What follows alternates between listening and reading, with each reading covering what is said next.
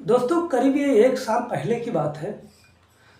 एक tuition teacher एक घर में ट्यूशन देने के लिए जाता है।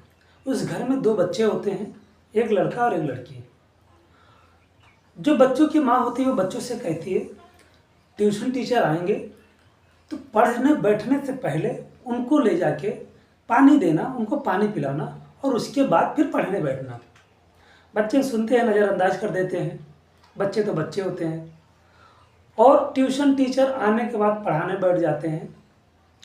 उस बच्चों की जो माँ होती है वो काम काज करते हुए बाहर निकलती है तो देखती है ट्यूशन टीचर पढ़ा रहे हैं और बच्चों ने उनको पानी तक नहीं दिया।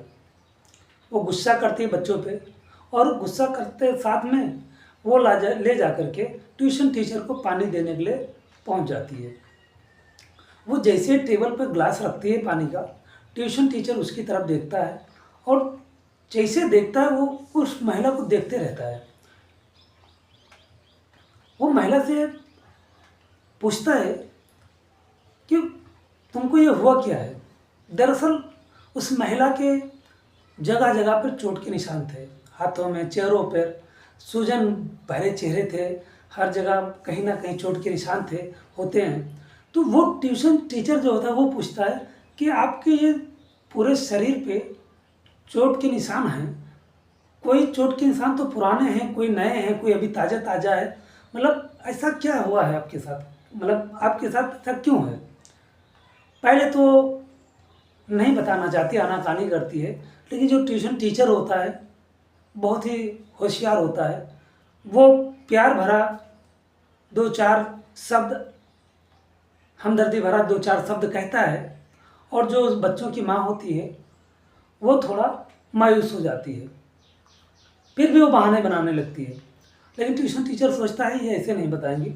वो और कई शब्द हमदर्दी भरा जब कहता रहता है, बोलता रहता है, तो बच्चों की जो माँ होती है वो पिघल जाती है और फिर अपनी सारी कहानी जो है वो बयां करने लगती है। और उसके बाद जो घटना घटती है आप सोच नहीं सकते, आप उम्मीद नहीं कर सकते कि काश ऐसा भी हो सकता है। तो चलिए दोस्तों जानते हैं पूरी कहानी आगे कि क्या हुआ। लेकिन आगे बढ़ने से पहले एक रिक्वेस्ट है आप लोगों से कि अगर आपको मेरा वीडियो अच्छा लगता है तो आप वीडियो को लाइक कर दीजिए, चैनल को सब्सक्राइब कर दीजिए और वीडियो को शेयर भी कर दीजिए ताकि हमारा हौसला बढ़ता रहे। आपका एक लाइक और सब्सक्राइब ही हमारा हौसला है। इससे आपका कुछ जाने वाला नहीं है, लेकिन मेरा हौसला बढ़ता रहेगा। नमस्कार दोस्तों, मैं हूं बीके मौर्य और आप देख रहे हैं अपराध की खोज। तो चलिए वीडियो में आगे बढ़ते हैं। दोस्तों सुबह सुबह लगभग 6 बजे की बात है। एक घर से बहुत ज़ोर से एक महिला के रोने चिल्लाने की आवाज़ आ रही थी।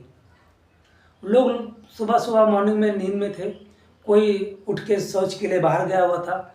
लगभग अधिकतर लोग बिस्तर पर ही थे। जैसे जैसे लोगों के कानों में आवाज़ पड़ रही थी कि कोई ज़ोर ज़ोर से रो रहा है, चिल्ला रहा है, लोग उस घर की तरफ भाग रहे थे। जो पहुंच रहा था, देख रहा था, तो वो दंग रह जा रहा था।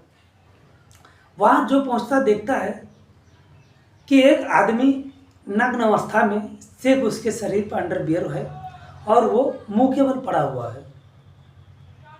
दरअसल वो जो आदमी होता है उसका नाम सोनू झा होता है और वो जो रो रही होती है वो कोई और नहीं, उसकी पत्नी होती है। और उसके रोते हुए आवाज़ सुन करके उसका जो ससुर है टुनटुन झा वो भी आ जाता है, उसके बच्चे भी जग जाते हैं और देखते देखते पूरा मोहल्ला इकट्ठा हो जाता है। लेकिन जो भी पहुंचता देखता वो हैरान रह जाता है।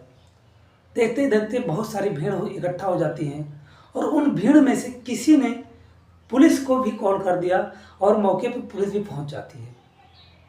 दोस्तों जब पुलिस पहुंच जाती है मौके पे और पुलिस लाश को देखती है तो वो सोच भी नहीं पाती कि आखिरकार इस आदमी के साथ हुआ क्या है। वो देखती है पुलिस कि उसके शरीर पर बहुत सारे चोट के निशान हैं, 10-15-20 लाठी डंडों के निशान हैं उसके गले पर निशान है, उसके माथे पर चोट के निशान है, उसका माथा जो फट गया है, उससे ब्लड निकल रहा है। तो ये पुलिस जो होती है वो पूछती है तुम्हारे पति को हुआ क्या है।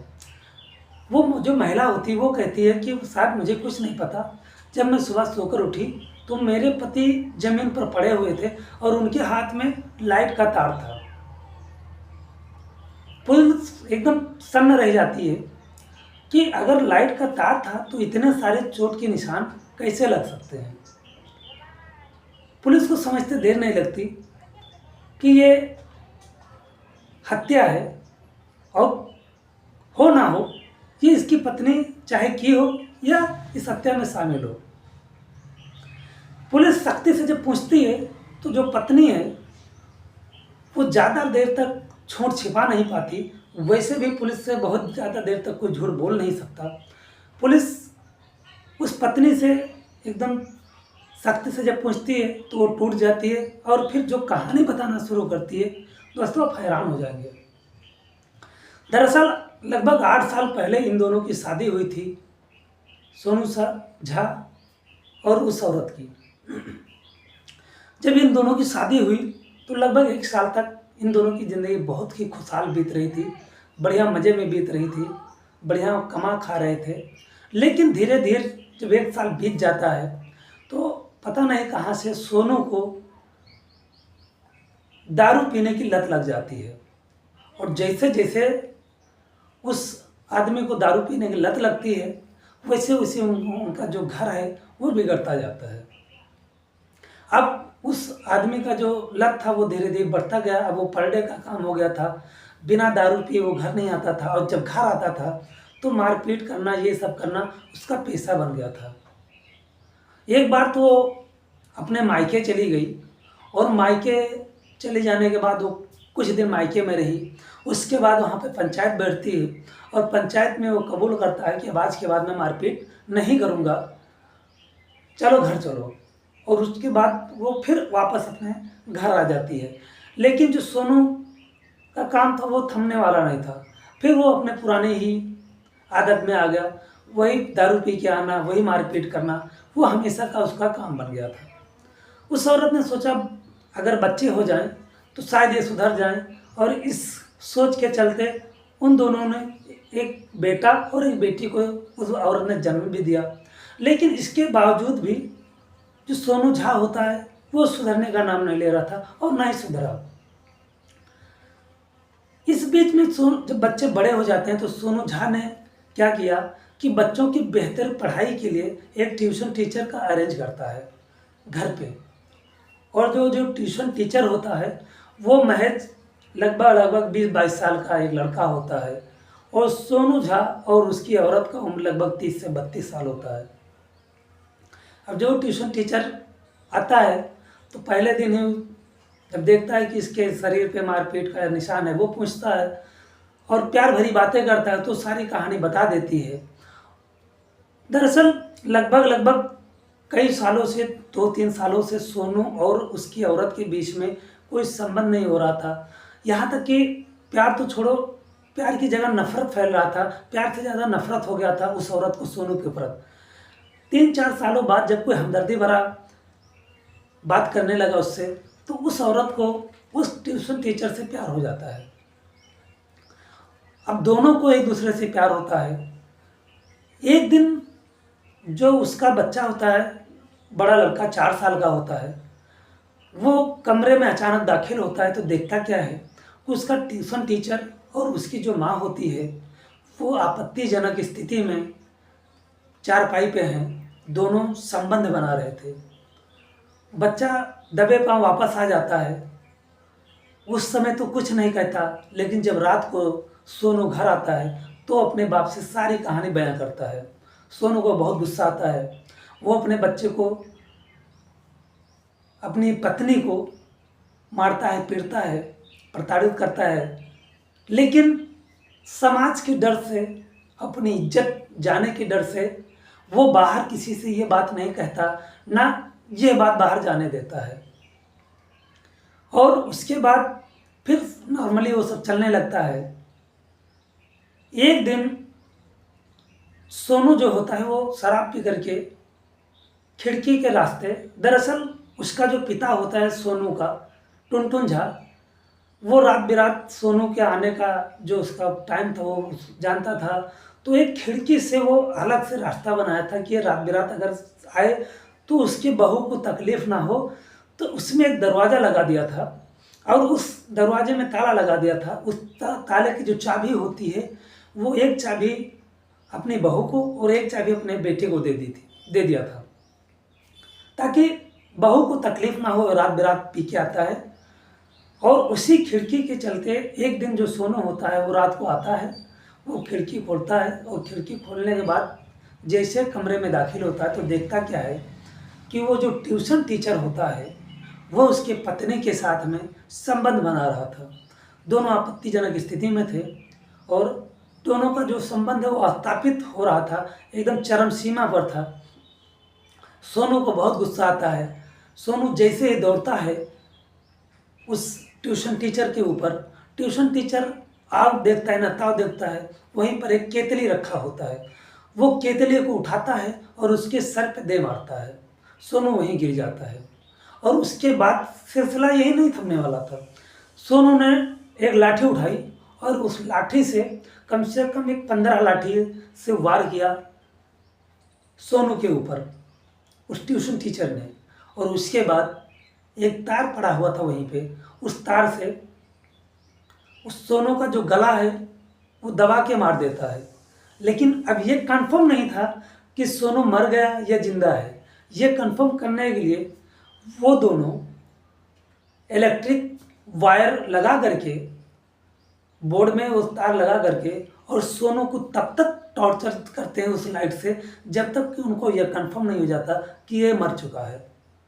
जब उनको कंफर्म हो जाता है कि ये मर चुका है तो सोनू को वहीं छोड़ देते हैं वो दोनों।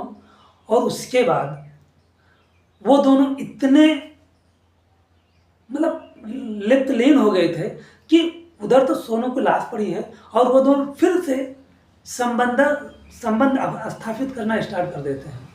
दोनों लगभग 1 से 2 घंटे तक संबंध बनाते हैं और उसके बाद जब दोनों एकदम शांत होते हैं तो सोनू का लाश वहीं पड़ा होता है और जो ट्यूशन टीचर होता है वो उसी खिड़की के रास्ते से बाहर निकल जाता है।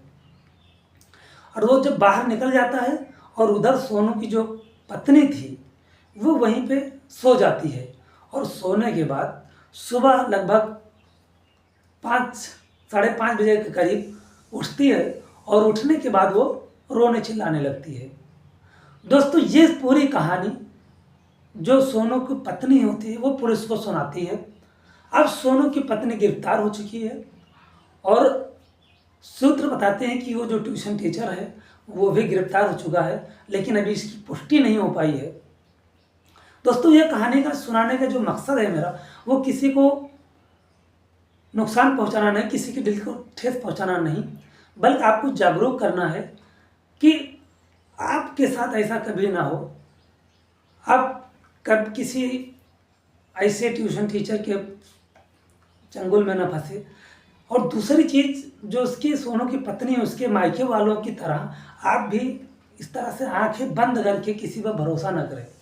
अगर जब वो पहली बार दूसरी बार मायके वापस गई थी उसी टाइम पे अगर उसके मायके वाले इस बात पर ध्यान दे देते कि उसका जो दामाद है उसकी बेटी का ख्याल नहीं रख रहा है, दारू पीता है, मारता है, पीटता है, प्रताड़ित करता है, शायद अगर डिवोर्स ले लेते या उसको टाइट करते, उसको ना भेज करके उसको अपने घर पे ही रखते तो शायद आज वो स्थिति उत्पन्न नहीं होती।